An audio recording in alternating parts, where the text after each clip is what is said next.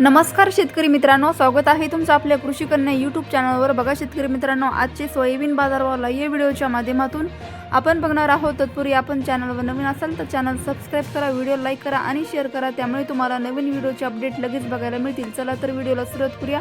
बघा शेतकरी मित्रांनो, कृषी उत्पन्न बाजार समिती